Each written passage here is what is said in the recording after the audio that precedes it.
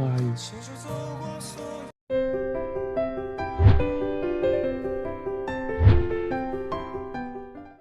，Sebelum lanjut, sembari mengingatkan kembali, Profesor Chang akhirnya mengumumkan bahwa nilai ujian Wei lebih tinggi ketimbang Chole. Itu artinya, Wei lah yang akan berangkat ke Jerman bersama dengan Si Yuyin. Setelah menerima berkas formulir yang harus Wei dan Si Yuyin isi, Pak Wang menanyakan, sudahkah Wei dan Si Yuyin memberitahu orang tua masing-masing mengenai keberangkatan ke Jerman?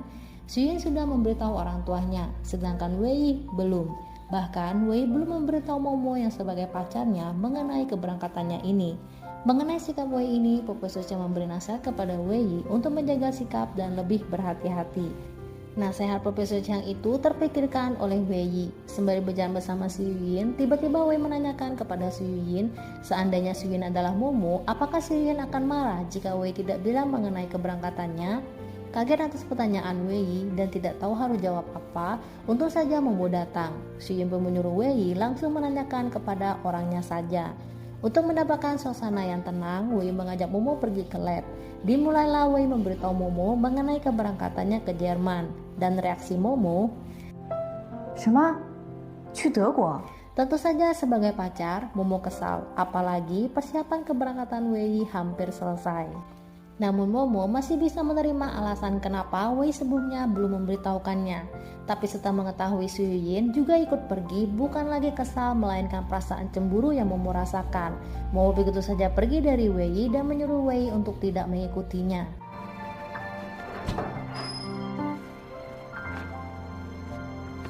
Saat acara kumpul, Momo dan teman-temannya telah datang. Momo yang masih marah kepada Wei memilih duduk di kursi Nunu. Nunu marah menyuruh Momo untuk duduk di kursi yang semestinya Momo duduki. Sampai acara berlangsung, Wei masih tetap dicueki Momo. Selesai acara, teman-teman Momo nampak mabuk termasuk Hu Fei. Wang San yang kesal memarahi Hu Fei. Tahu Wang San marah, Hu Fei dengan sigap. 铁王，别 Atas sikap Fu Fei itu redalah amarah Wang San. Melihat sikap Fu Fei yang bisa membuat amarah Wang San reda, Wei berpikir untuk melakukan hal yang sama agar amarah Momo juga reda. Wei pun mulai mempraktekannya. Tidak membuat reda amarah Momo, namun setidaknya masih ada kepedulian di diri Momo yang Wei rasakan. Setibanya di rumah, Wei ketahuan berpura-pura mabuk.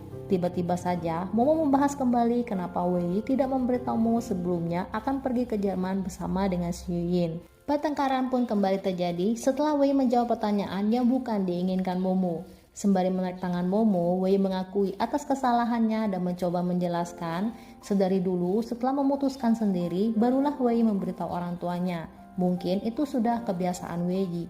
Melihat ekspresi wajah Momo yang masih marah, Wei mencoba cara lain dengan menanyakan apa Wei boleh pergi ke Jerman.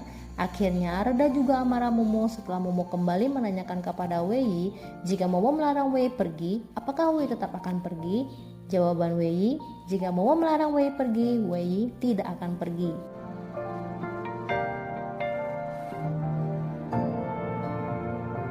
Wei dan Momo tiba di rumah sakit guna untuk cek kesehatan dan vaksin sebagai syarat keberangkatan. Setelah vaksin, bekas suntikan di lengan Wei berdarah. Dengan segera, Momo pergi mengambil cotton bud.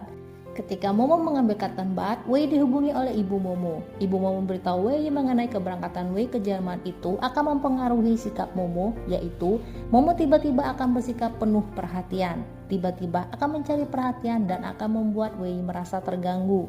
Sikap Momo juga tiba-tiba akan sangat dingin, seolah-olah tidak ada Wei di dunia ini. Setelah semua sikap Momo itu, Momo akan berubah sangat menempel seperti lem.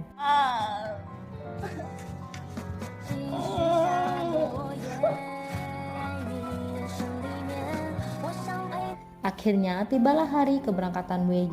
Momo nampak sedih, tidak ingin berpisah dari Wei. 我会想你的。 Namun bagaimanapun juga, Momo harus merelakan Wei pergi.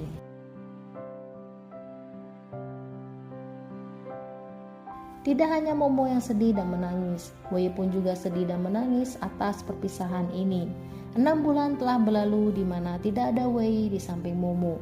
Di ruangan atasan Sasa memberi selamat atas tercapainya Momo dan Sichuan yang menjadi karyawan berbakat di pekan ini.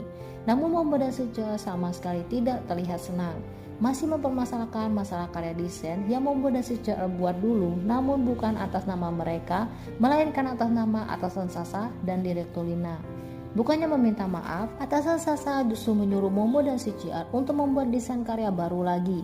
Dan jika Momo dan si Cheer masih membahas permasalahan masalah nama desain, maka perusahaan ini tidak cocok lagi mempekerjakan Momo dan si Cheer.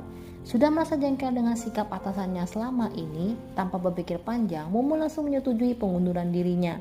Begitupun juga dengan si Cheer yang mengikuti jejak Momo untuk mengundurkan diri. Akhirnya, perusahaan yang direncanakan Fuve telah berdiri. Namun setiap usaha yang baru merintis pasti membutuhkan perjuangan. Semenjak perusahaan Fuve baru buka hingga sekarang, Fuve terus mengalami kesulitan keuangan. Sampai-sampai pegawai satu-satunya yang dimiliki Fuve tidak datang lagi bekerja karena Fuve belum memberi gaji pegawainya itu selama 2 bulan. Karena kendala itu, Wang San pun mau tidak mau turun tangan membantu Fuve untuk menggantikan pekerjaan si pegawai. Tidak merasa tenang jika Momo hanya tinggal seorang diri, Wei meminta ibu Momo menginap di rumahnya untuk menjaga Momo. Pulang-pulang, raut wajah Momo cemberut. Momo memberitahu ibunya bahwa Momo telah mengundurkan diri dari perusahaannya. Sudah penat ditambah lagi ibu Momo marah-marah dan terus membahas kenapa Momo mengundurkan diri, Momo yang sudah tidak tahan lagi memilih pergi ke kamarnya saja. Setiap hari Momo dan Wei terhubung melalui panggilan video. Hari ini Momo demam. Wei pun mengkhawatirkan Momo, menyuruh Momo ke rumah sakit dan memakai pakaian yang tebal. Di tengah pembincangan, ibu Momo memanggil Momo, menyuruh Momo minum sup yang sangat ampuh untuk mengobati demam. Sembari minum, ibu Momo lagi-lagi membahas mengenai kapan Momo berencana akan menikah dengan Wei. Ibu Momo mengkhawatirkan kepergian Wei yang sudah 6 bulan, namun Wei tidak pernah pulang untuk menemui Momo. Sudah pusing dengan ocehan ibunya, Momo memilih kembali ke kamarnya dan kembali berbincang dengan Wei. Panggilan video berakhir. Ternyata ada seorang wanita yang sedang menunggu Wei. Wanita ini bernama Anna yang merupakan anak dari seorang profesor. Biarpun sudah tahu Wei telah memiliki pacar, Anna tidak peduli, tetap ingin menjadi pacar Wei dan bersedia menjadi selingkuhannya Wei. Tidak semudah itu, dan tentu saja Wei menolak karena Wei sangat menjunjung tinggi arti sebuah kesetiaan. Teman satu kamar Wei telah kembali bersama dengan pacarnya, lalu Anna pun lekas pergi. Teman satu kamar Wei mengajak Wei keluar. Wei menolak pergi, memberitahu temannya itu, "Sekarang pacarku sedang sakit, jadi takutnya nanti pacarku membutuhkanku." Untuk semakin meyakinkan temannya itu, Wei memberitahu bahwa Wei baru saja akan membeli tiket untuk pulang. Jadi sekarang Wei tidak ada uang untuk jalan-jalan. Pergilah Wei untuk membeli tiketnya. Lee Se-chun dan direktur agensinya datang ke perusahaan Momo untuk menemui atasan Sasa.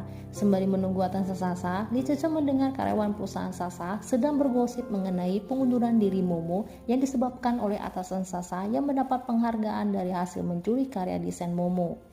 Di kamar, Momo mendapati Xiaoyan kehabisan baterai. Ibu Momo menghampiri Momo dan menanyakan apa yang sedang Momo lakukan. Merasa kondisi Momo yang sepenuhnya belum sembuh, melihat Momo duduk di lantai, ibu Momo menyuruh Momo untuk bangun. Tiba-tiba, tanpa sengaja, Momo melihat sebuah amplop tertempel di meja kerja Momo. Masih ingat dengan surat perjanjian kontrak agar Momo tidak pindah di rumah Wei? Momo mengira ibunya lah yang selama ini menyembunyikan surat perjanjiannya. Ternyata bukan ibu Momo melainkan Wei. Itu artinya sedari awal adanya surat perjanjian ini, di saat itu Wei telah menyukai Momo.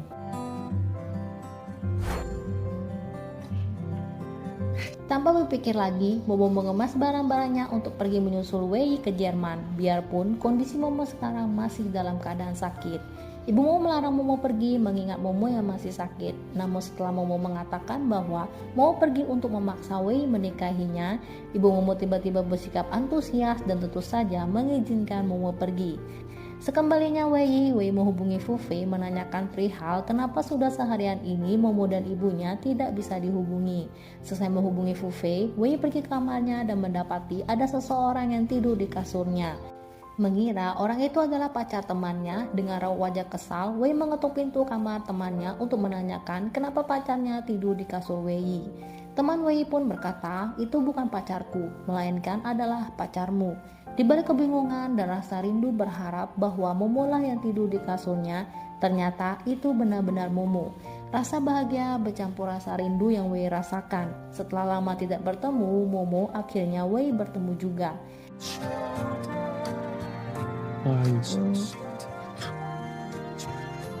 Keesokan paginya, Wei dihubungi oleh ibunya untuk menanyakan bagaimana hubungan Wei dan Momo. Tidak hanya ibu Momo yang mendesak pernikahan Momo dan Wei, ternyata ibu Wei juga. Kabar baiknya, Wei sedang merencanakan pernikahannya dengan Momo. Sebenarnya sebelum Momo datang, Wei telah membeli tiket pulang untuk menikahi Momo. Momo yang masih tidur, Wei pun menyiapkan sarapan dan obat untuk Momo. Setelah tidur yang pulas, akhirnya Momo bangun juga. Di ruang tamu nampak Wei sedang mengobrol dengan Anna. Anna masih bersikeras mengejar Wei dan ingin tetap menjadi pacar Wei. Biarpun Wei berkata bahwa Wei mencintai pacar Wei, Anna tetap kekeh malah ingin bertemu dengan pacar yang dikatakan Wei sangat dicintainya itu. Momo pun datang dengan percaya diri. Momo memberitahu Anna bahwa akulah pacar Wei. Bagaimana cara Momo mengatasi wanita yang terus mengejar Wei? Lanjut ke video selanjutnya.